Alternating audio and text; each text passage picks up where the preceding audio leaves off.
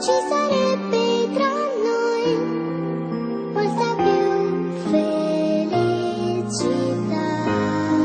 se la gente usasse il cuore, si aprirebbe un orizzonte migliore.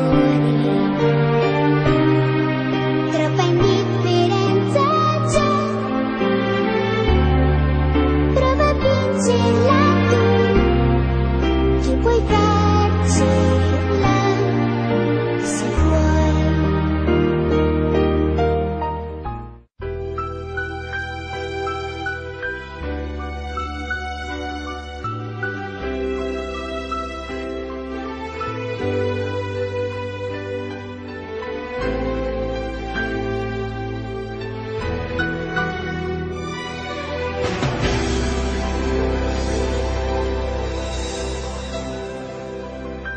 Nelle tue mani affido la vita, Dio mia salvezza sei tu. Volgi lo sguardo al mio cuore, con te al sicuro sarò.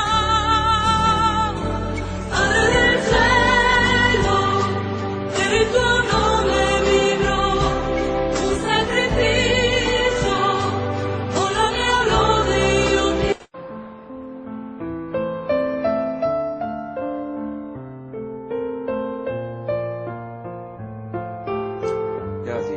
Il y a 2 ans, on m'a fait un contrôle médical alors que j'avais un gros rhume et ils m'ont fait une prise de sang pour l'analyse.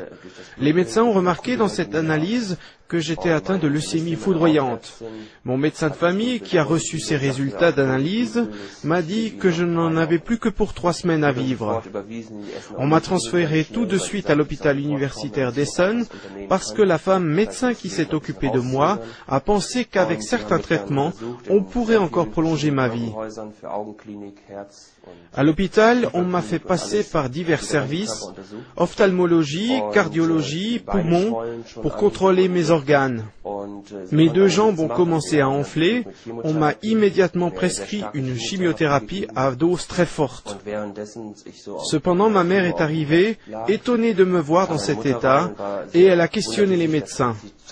Les médecins ont répondu à ma mère, « Monsieur Braido ne dort pas, il ne ferme pas les yeux, essayez de le calmer. » Ma mère est revenue dans ma chambre et comme nous sommes chrétiens, nous avons commencé à prier car nous croyons en un monde invisible. Aux soins intensifs, on s'est occupé de mes reins, on m'a fait des transfusions sanguines pour échanger mon sang. Mes jambes ont commencé à enfler car l'eau stagnait dans mes jambes. Ils ont essayé de prolonger ma vie avec une 12aine de machines, respiration artificielle, perfusion, chimiothérapie à dose forte. On m'a donné de la morphine pour calmer la douleur. Malgré cela, une infection s'est installée dans ma bouche et dans ma gorge. Avec des champignons, ma peau a été infectée et je restais là couché sans pouvoir faire quoi que ce soit. Ma mère restait à côté de moi et elle a continué à prier pour moi. Les médecins ont dit, il n'y a plus d'espoir, je perdais du sang à travers la peau.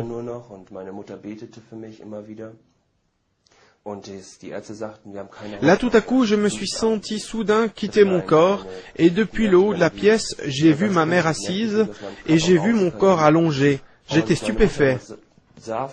Là, j'ai traversé le plafond, et je me suis retrouvé dans une toute autre dimension.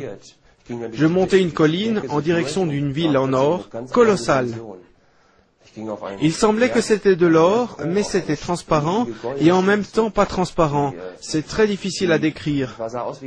J'ai vu une mer comme en verre, aussi transparente et claire comme du cristal. Et je savais que j'étais au ciel, à l'endroit auquel je croyais toujours, comme la Bible le dit.